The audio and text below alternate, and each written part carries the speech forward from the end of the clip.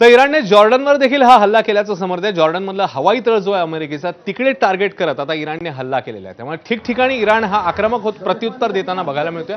अमेरिकेच्या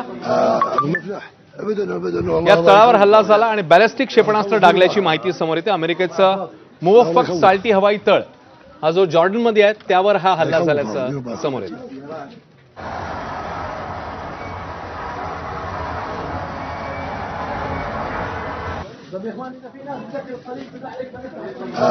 مفلح ابدا ابدا والله هذا يخوف هذا يخوف ديروا بالكم।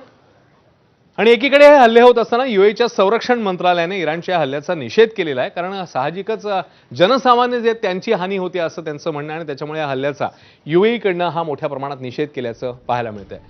अतिशय कडक शब्दात या सगळ्याचा निषेध करण्यात आलेला आहे। सौदीकडनं बहरीन, जॉर्डन, यूएई आणि कतारवरच्या हल्ल्याचा संरक्षण मंत्रालयाने यावर भर दिला की हा हल्ला राष्ट्रीय सार्वभौमत्वाचं आणि आंतरराष्ट्रीय कायद्याचं उल्लंघन आहे।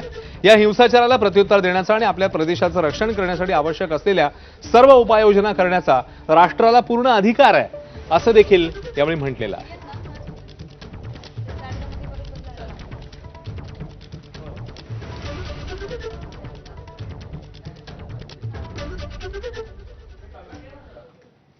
आणि इराण इस्रायल हल्ल्याची किंवा एकूणच या युद्धजन्य परिस्थितीची भीषणता दाखवणारी काही दृश्य आता आपण बघूया। אתה חושב שעד שלא מסיים כולם הוא לא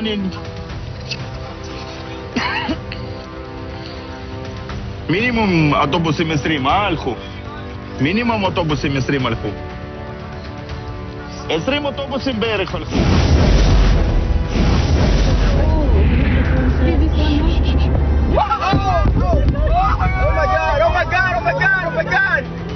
Okay. All right.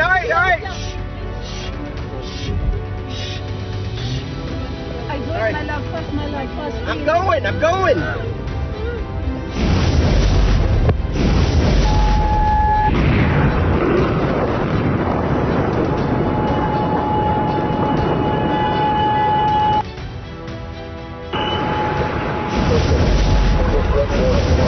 السابع الملك فهد مضروب الشارع. ها؟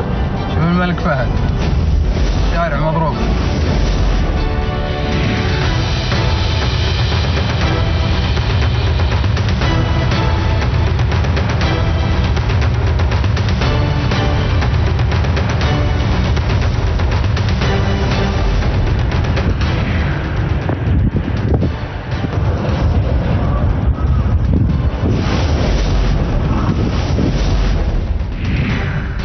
بیتو زدن حرومیا یا اول پس صاف کردن